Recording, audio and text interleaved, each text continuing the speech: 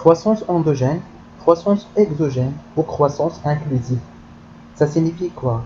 Commençons d'abord par la croissance endogène. Comme son nom l'indique, elle est révélateur d'une croissance auto-entretenue ou interne ou locale.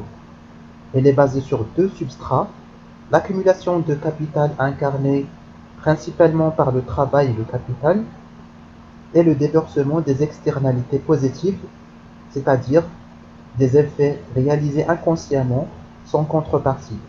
C'est la théorie de la croissance endogène, peaufinée par les trois économistes, d'abord avec Romer, qui considère le capital physique innovant comme moteur de croissance.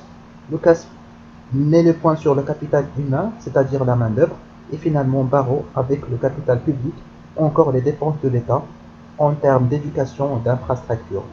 Passons à la croissance exogène. De par son nom, il s'agit d'une croissance externe ou une croissance extérieure.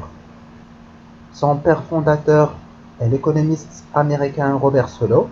Il a expliqué comme quoi les deux facteurs de production, à savoir le capital et le travail, ils apportent leurs fruits en termes de productivité un certain temps, mais il s'est avéré qu'in fine la production demeure limitée, favorisant ainsi un état dit stationnaire ou stable.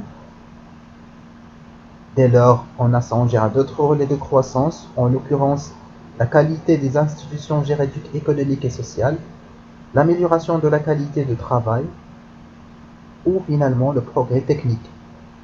C'est ce que l'on appelle la productivité totale des facteurs ou encore la productivité multifactorielle. Son calcul est mesuré par la division de la valeur ajoutée rapportée au coût des facteurs de production. Il ne faut pas non plus oublier que la PTF peut engendrer jusqu'à 60% de la production économique. Passons à présent à un autre type de croissance, appelé cette fois-ci croissance inclusive, qui veut donc être une croissance exhaustive et plus intégrante. Elle s'appuie sur plusieurs sphères.